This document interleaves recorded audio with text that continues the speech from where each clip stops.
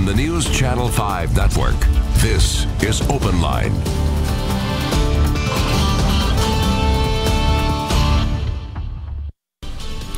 Good evening, everyone. Thank you so much for being with us for tonight's Open Line. The mayor is back in. Please help me welcome Mayor David Briley. Thanks for being here. It's been a few months. It has been a couple months. I don't know what happened. I don't know what happened. I was, concerned I had done something. I'm glad you're back in the chair.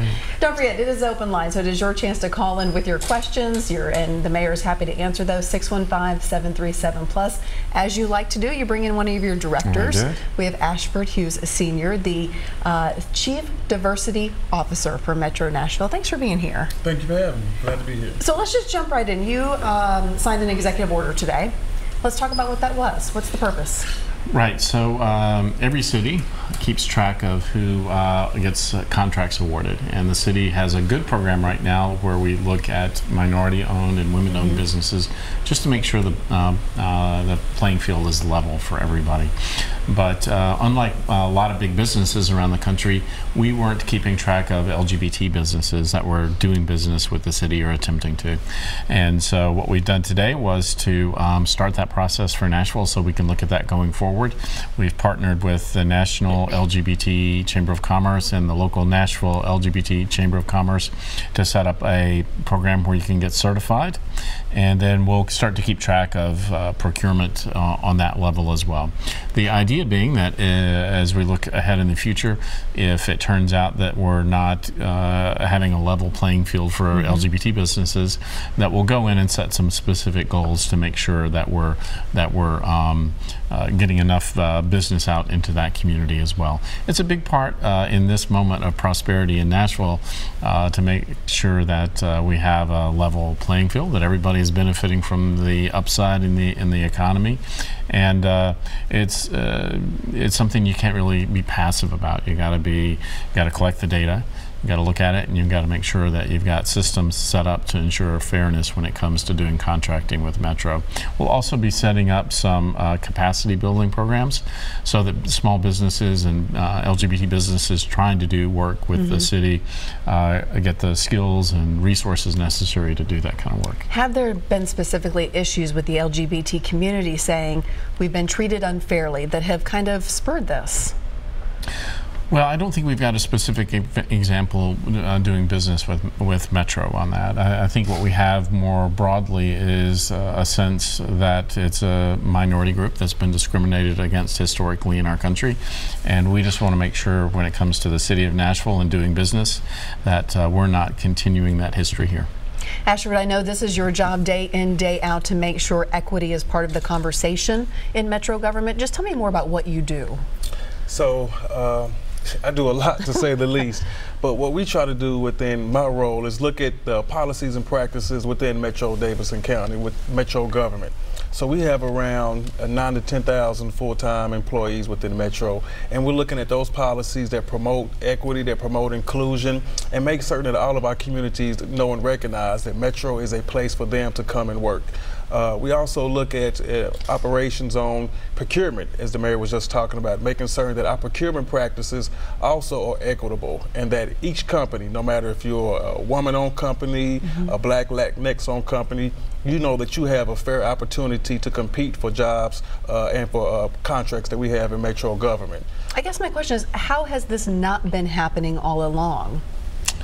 Well, that is a good question, and I think if you go back and look at the history of procurement across governments in the United States, for too long it was about who you knew as opposed to what you knew or how good the product was.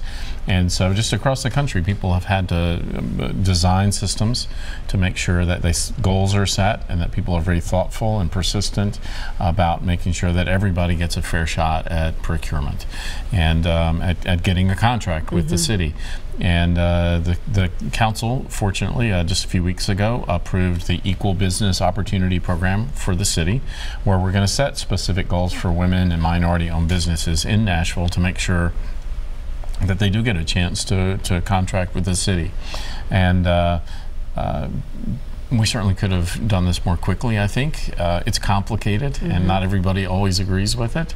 But if you look at big businesses across the country and look at their levels of compliance in this area and the amount that they contract with minority and women-owned and LGBT businesses, the city was a little bit behind the curve. So when we made this announcement today, Comcast was standing there to thank us for doing it, because it's something they're working hard on as well. This is something that the business community around the country is really out in front of government on. Let's get right to the lines, because it is open line. We have David waiting. David, thank you for your call tonight. What's your question for the mayor or for Ashford? Yeah, first of all, good evening to both of them. My question is, there's been extensive studies in the past under different administrations, including former Mayor Barry, where they hired some outside firm to look into the diversity, look into it and see where they need to make improvements. But nothing seemed to really come out of that of any work. That was my first point. The second point is, I feel like you take the time to come on here, I think maybe once or twice a month, to let everybody have a chance of either agreeing with you or disagreeing with you, kind of like they do in Parliament in the UK. And I like that, and I admire that. But I wish you could do something about our chief of police, to have him at least come on here like Chief Surpass did, at least once a month, to let us know what's going on. We had a cop a year ago who was supposed to be affiliated with some gang, and I've never heard anything about that. I think he was even a detective.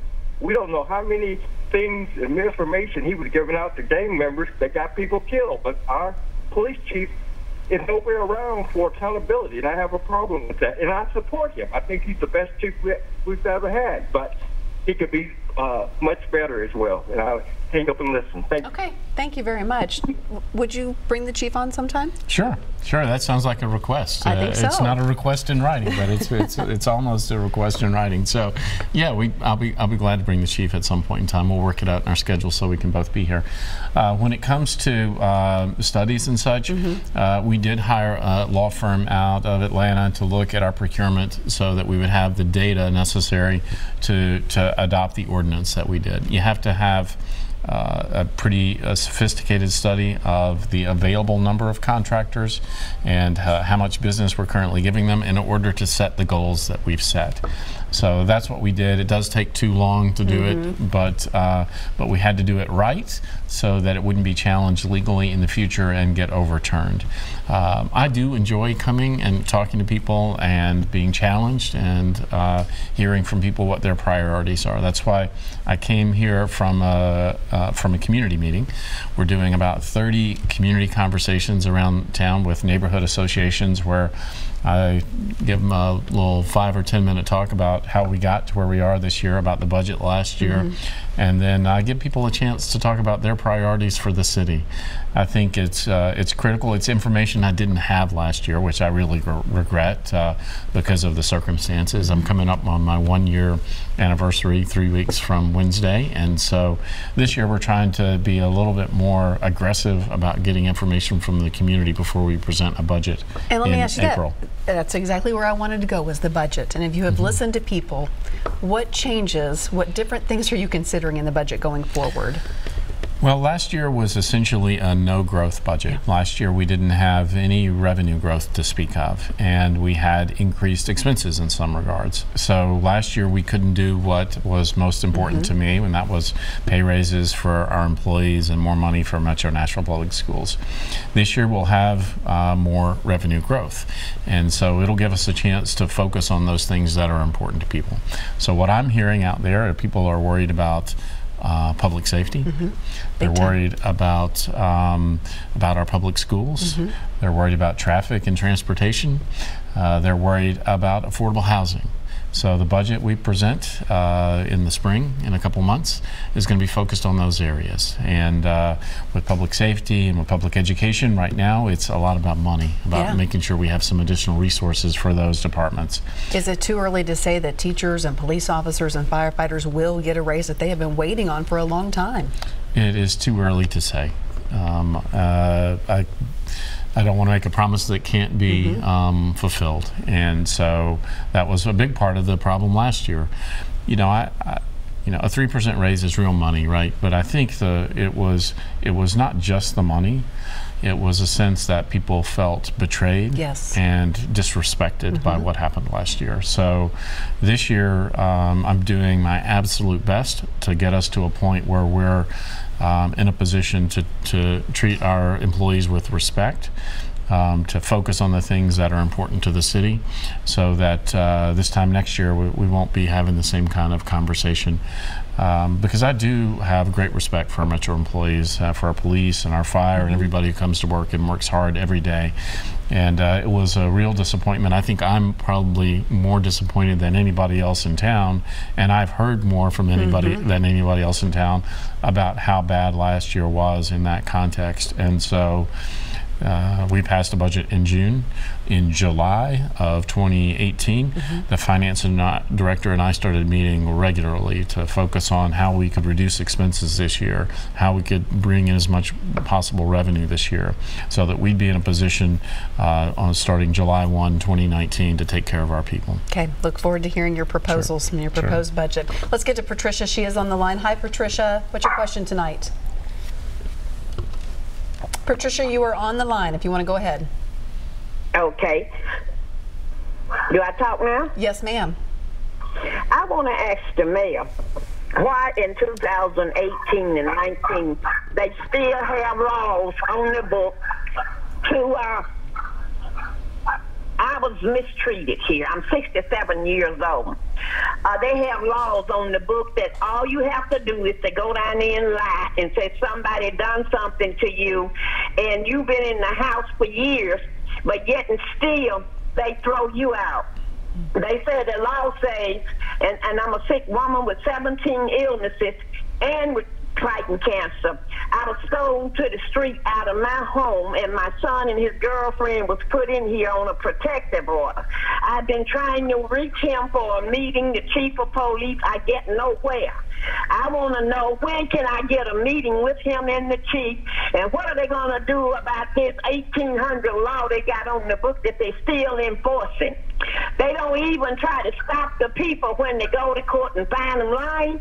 They don't give them a reprimand or make them pay a fine, because when you go to court, if you're caught lying, then you're supposed to be put in jail and fined. They don't even do that because they want them to come down and lie some more. Patricia, I think you have a very specific issue that is probably not going to be able to be worked out on this show. It seems like a very specific case.